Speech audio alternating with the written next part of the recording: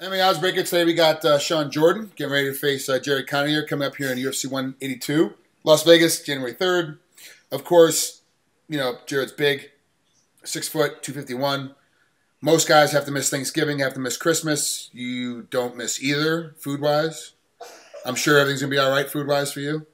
Yeah, absolutely. I mean, I've been a little heavier now. I'm getting a little older, but yeah, you know, at 6 foot 260 doesn't, you know, you don't have to, you know, you got to try hard not to make weight. yeah, I know. It's a lot of sitting around doing nothing and eating for you to go up to 280. That's a mess. So, well, let's talk about last fight with Jack May. You know, 3 rounds, good fight, good battle. Caught him finally in the third round, about 2 minutes in or thereabouts.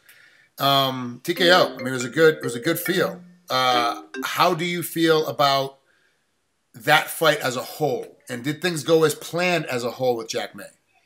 That was a good fight. It was tough. Jack's a big, long, rangy guy. Kind of took me a few seconds to get, or I guess a round or so to figure out range-wise with him. Because I felt like I was out of range on some points, and he'd still reach out and hit me. So that's a tough thing to get. You know, being a shorter heavyweight when you have to fight someone that tall. Big guy, nice guy. But yeah, and I think for going into that fight, I wanted to more control the pace and control my excitement, not just get in there and start swinging. Okay, that makes sense.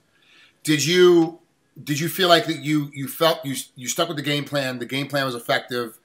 The coaches prepared you well enough, you know, to get you in there and be able to feel confident in your game plan and everything went as planned. I mean, pretty close to as planned as possible with that fight.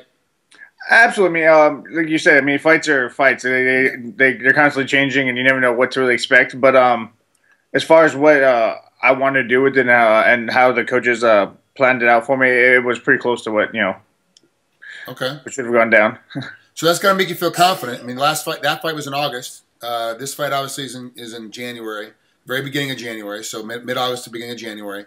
You've had some more time to kind of build up that confidence and understanding and feeling comfortable with how things are going to work for you.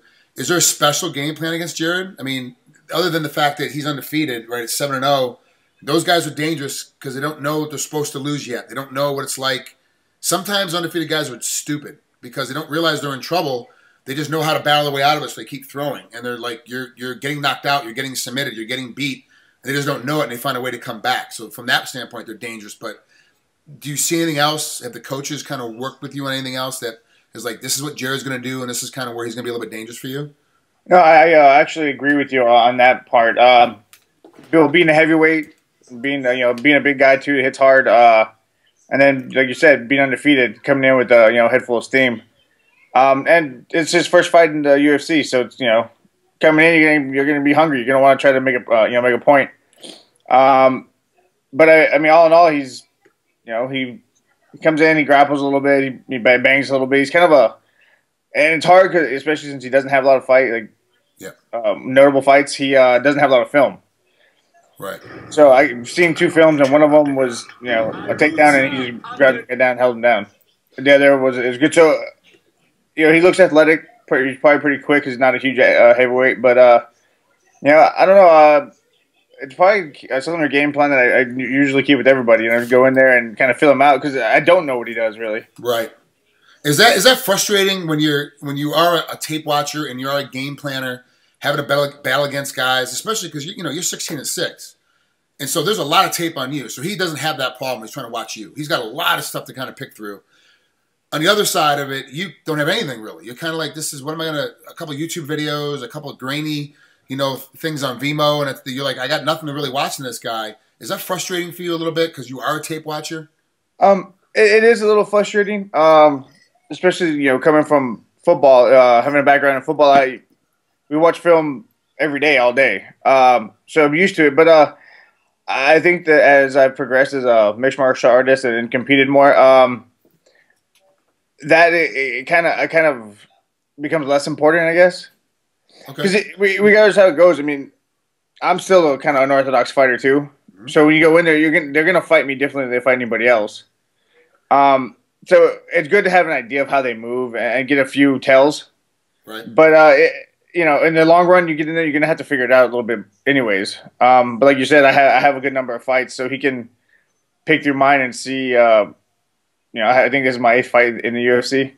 Yep. He has a lot of good film that he can look through and pick through and see different aspects of how I fight or how I handle different things. But I mean, all in all, we're gonna have to get in there. We're gonna have to compete. Yeah. At the end of the day, it's it doesn't make a difference how much planning, how much training goes into it. I mean, there's guys that I know that haven't trained at all and won fights, and guys have trained their asses off and lost fights and had great game plans, and it's still the banana peel effect. You go in there and chaos happens and something falls apart. Do you guys spend some time on dealing with in training, everything's falling apart? He's doing stuff I wasn't expecting. He's a totally different look than what we were looking at. All of a sudden, expecting him to strike and he shoots. We're expecting him to grapple and he's trying to keep it on the feet. Like, you guys doing that kind of specialized training just to keep your mind right? I think that's one of the biggest benefits of coming or training at big camps. Mm-hmm. Having plenty of different looks, plenty of different guys to train with. I train with guys here at American Top Team, from Todd Duffy to Steve Mocco, who is, in my opinion, probably the best just all-out heavyweight wrestler. Yeah.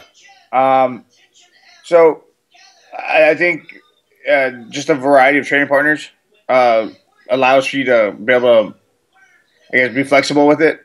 Because you go from Todd, who is a long, rangy, very athletic striker, good grappling too, but nothing compared to Steve Mocco, who holds you down and make you feel bad about yourself. Yeah, right. He does. He still has that ability. He did that in college too. He did it when he was winning his national titles. He beat guys up and best guys in the world would come off the mat. What the hell happened to me? Crushed. Are there days that you have to Steve, I can't go with you today. Mentally, I can't deal with it. Can you give me a day? Do you have to kind of push him off sometimes? Fight camp, it's kind of similar to football, in my opinion, where Coach Jimbo Fisher was my offense coordinator when I was there for a while at LSU, and he would come in before every camp. Look, today is the last day you're going to be healthy. Today's the last day you're going to feel 100%. So going into camp, I think that's helped me handle that a lot better. There's days I don't want Steve hanging on me or get on top of me and doing stuff. But on those days are days I actually ask him to hold me down and do stuff because I don't want to do it. Oh, but okay. So I guess somewhat yes and no, but it just you have to, and again, big camps, guys have fights, guys leave. So the last couple of weeks has been Steve and I and a couple other middleweights and light heavyweights they were training. So Lawler comes back with the belt, and you got a lot of guys like, okay, Lawler's camp is done. He's the champ now. It's Christmas time. It's time to take a break anyway. So a lot of guys vacated. I knew that was going to happen at a lot of the big camps.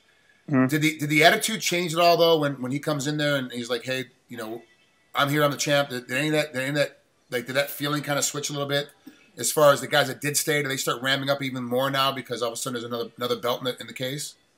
The one thing that I think I've noticed more so in competing in mixed martial arts is the smaller guys are always fired up. They're always just trying to beat each other up. They're always just going balls to the wall. And I think when Robbie coming back kind of gave everybody a big deep everybody took a big deep breath, and it kind of revived some guys training wise and did some other stuff for good. And Robbie's one of the best guys around. I mean, I'm sure you know Robbie. He's just a super nice guy, super good person, and so having him around the gym and him being so, I guess, lighthearted and happy right now, and he's back in the gym training already. Yeah, but he's there. Just it's good to see that. It's good motivation, and I think more so it's good for some of the younger guys as well. Like to see someone that's succeeding, and then they're still back in the gym working. They're not running around doing messing around. What's the one thing that Steve Mocco has shown you that you use now, kind of all day? Is it a particular grappling technique or a particular wrestling technique that he does and shows you, and you can pull it off now? Steve and I do a lot of different stuff because we're built similar. Mm-hmm. However, to get to that level of actual just straight wrestling, straight grappling, in that sense, it's like me showing him I run a 40 in football. Right. I can run it and I can show him all I want, or whatever, however it works out. However that would translate. I can show him all I want, but he's still not gonna be able to do exactly the same. Right. So when Steve and I go and do stuff, he shows me a lot of stuff, and it's a lot of defensive stuff. Yep. But when you get sure, I'm a big, strong guy. Lifted a lot of, broke all the records at LSU, all that stuff. But when Steve gets a hold of you, it's one of those things where it's almost a panic because all the grips and all the technique is so clean that there's not much you can do. You have to kind of just survive. Yeah, for as long as you can. And that's the thing about wrestling, that I can show you, I can show you a single leg. John Smith can show you a single leg. Steve Mock can show you the exact same single leg. John Smith can show you the exact same single leg, and then you will still do it completely different because it's a different body type, a different feel, different structure, different mentality. Like everything about wrestling, that's why it's the best martial art out there, is because as a base martial art, it's the best because there is no traditional strict kata routine within it. You don't do these 7 things and they have to be exactly perfect.